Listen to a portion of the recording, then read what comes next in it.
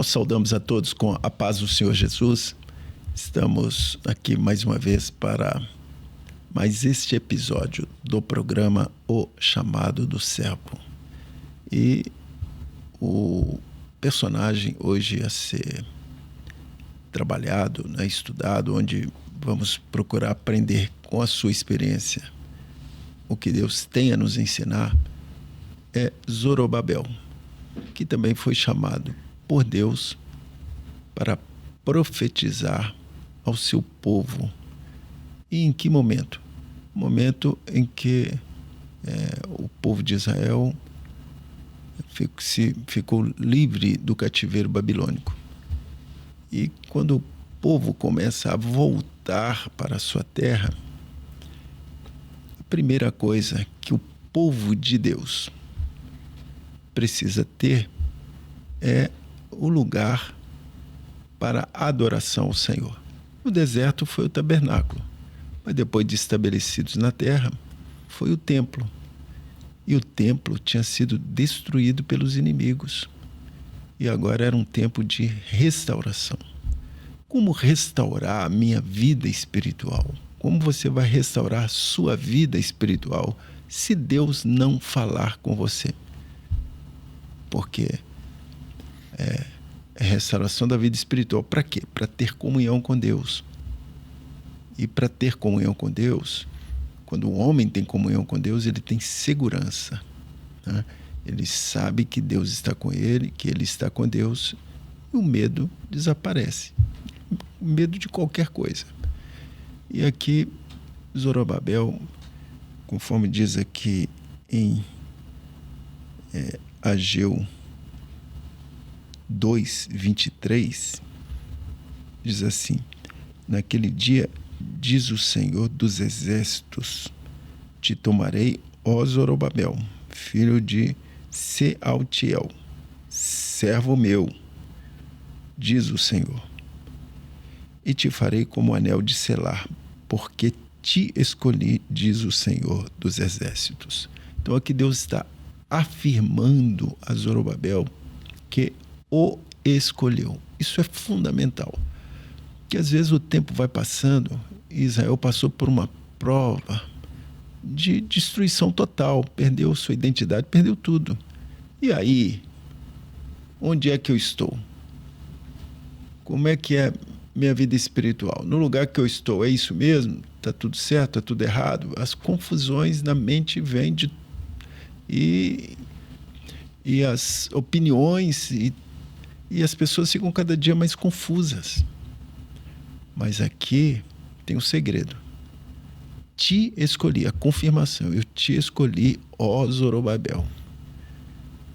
E a prova de que eu te escolhi é que eu confirmarei as palavras da tua boca quando profetizares ao povo, eu te farei como um anel de selar. O que é o anel de selar? Quando havia qualquer lei, ela só tinha valor se o rei viesse e carimbasse com o seu anel. Quando ele carimbava com o seu anel, ninguém podia mudar. Então, o profeta, ele fala da parte de Deus. A voz do Senhor, quando ela sai da boca de Deus, ninguém pode mudar, porque ela é definitiva. E quando Deus dá uma promessa, olha, eu vim restaurar o culto, vim restaurar Israel, vim restaurar a minha obra. É tempo de restauração. Quando Deus fala isso, é porque ninguém podia mudar. E Zorobabel confiou no Senhor e Deus prosperou o seu caminho. Para entendermos melhor esse contexto, estamos aqui à mesa com os pastores, né? Pastor Miguel, pastor Evaldo, né? Pastor Alonso. A paz do Senhor. E vamos então entender o que cada companheiro tem aqui para nos ajudar a compreender melhor a história de Zorobabel. Quando a gente avalia o momento histórico, eu gostaria de dividir assim alguns pontos. Primeiro era quando? Era exatamente após o cativeiro babilônico. Jeremias profetizou que o cativeiro babilônico duraria 70 anos. E aqui é exatamente o final desses 70 anos, quando a Babilônia ela é invadida pela Pérsia e Ciro o Grande conquista a Babilônia e imediatamente emite um decreto de retorno dos judeus para Jerusalém.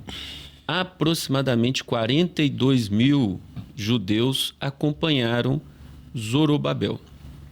Zorobabel tinha descendência real, era neto do rei Jeoaquim.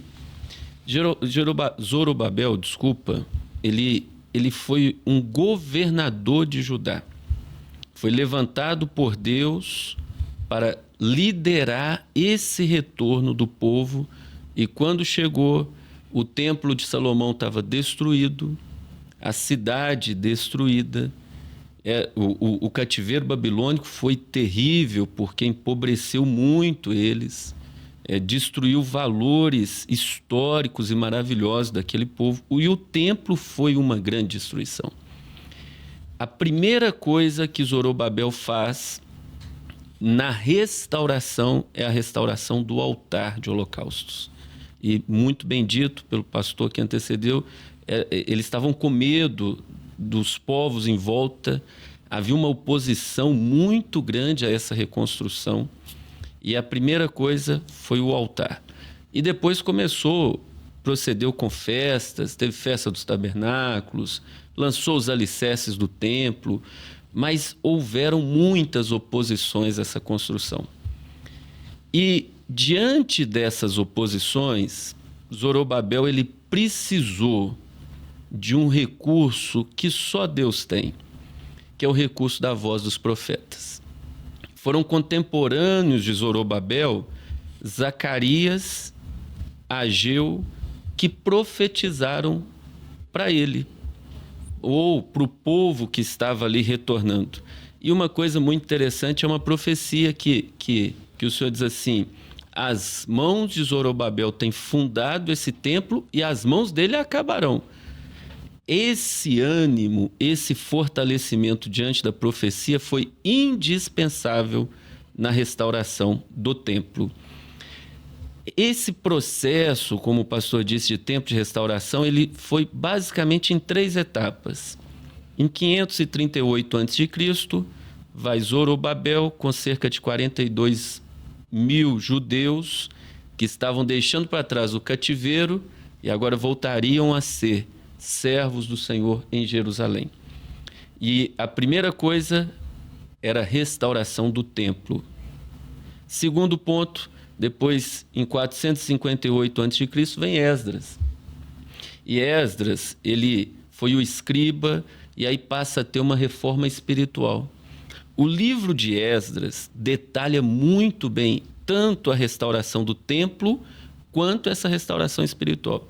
Então, Zorobabel ele é citado em vários livros da Bíblia. Ageu, Zacarias, Esdras. Aproximadamente a metade do livro de Esdras fala do governo de Zorobabel. Depois fala de quando Esdras chega e tem a parte da reforma espiritual.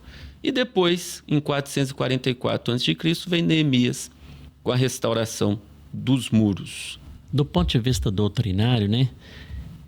Aquilo que já temos falado muito aqui, né? Dentro do contexto do chamado para a salvação, nós sabemos que Deus elege o homem num ato de sua soberania, né? A eleição é dele. E depois ele se revela ao homem, dando assim ao homem o conhecimento do seu chamado. E quando então o homem exerce o seu livre-arbítrio, ele aceita ou não o seu chamado, né? E na maioria das vezes, Deus chama o homem com um propósito definido dentro da sua obra. E com Zorobabel não foi diferente, né? Zorobabel foi um homem chamado por Deus com um propósito definido: restaurar o templo, né? Como o pastor Alonso bem colocou aqui. E o chamado dele nos mostra alguns pontos fundamentais, como, por exemplo, priorizar a casa de Deus, depender do Espírito Santo e obedecer incondicionalmente a palavra de Deus, entendendo que o Senhor usa as nossas vidas para propósitos muito maiores do que nós podemos imaginar. E a vida de Zorobabel, ela prova que Deus não procura capacidade, mas disponibilidade e obediência. A palavra vai nos dizer assim, não é? É que Deus procura os verdadeiros adoradores, que o adorem em espírito e em verdade. A obediência de Zorobabel ao chamado foi o meio principal pelo qual Deus agiu poderosamente no meio do povo. E a essência do chamado de Deus para a vida do homem, nós podemos afirmar com certeza, ela passa por 3 pontos fundamentais, que são obediência ao chamado, dependência do Espírito Santo e fidelidade ao Senhor.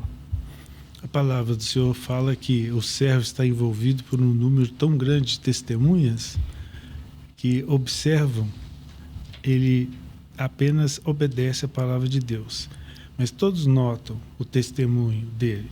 Zorobabel, ele não tem um livro para ele, mas ele é citado por várias vezes, igual o pastor Alonso falou. Glória a Deus. E por quê? Havia uma obediência em cumprir tudo aquilo que Deus tinha mostrado para ele. Ali seria a restauração do templo, a primeira leva depois do cativeiro, que Deus fez com que o povo voltasse para Jerusalém. Então, a obediência à voz de Deus foi o aspecto fundamental. Ele e o povo obedeceram o que Deus tinha como projeto. E existem algumas situações, por exemplo, a dependência total do Espírito Santo. É citado não por força nem por violência, mas pelo meu Espírito. Glória a obra do Espírito Santo tem um governo. Não é Zorobabel, não é Ageu, mas é o servo obediente que foi chamado para cumprir tudo aquilo que Deus mostrou e a direção dada pelo Espírito Santo. Outro aspecto, a fidelidade de Deus na restauração. Ele cumpriu o projeto. Nós sabemos que no tabernáculo, um prego, qualquer detalhe do tabernáculo, pode ser uma coisa tão simples. E o profeta Zacarias fala, as coisas simples. Ele cumpriu o projeto como Deus quis, não deixou nada para trás. E aí nós vemos como semelhante à igreja, um servo que entra na igreja e zela pelas coisas do Senhor, limpa os bancos, prepara tudo, porque o templo vai ser restaurado no culto. Aqueles que vão chegar ali para adorar a Deus, as coisas pequenas, Deus está presente em tudo, porque Ele domina sobre todos. Então o servo sabe que nada pode deixar passar quando Deus falou para ser realizado.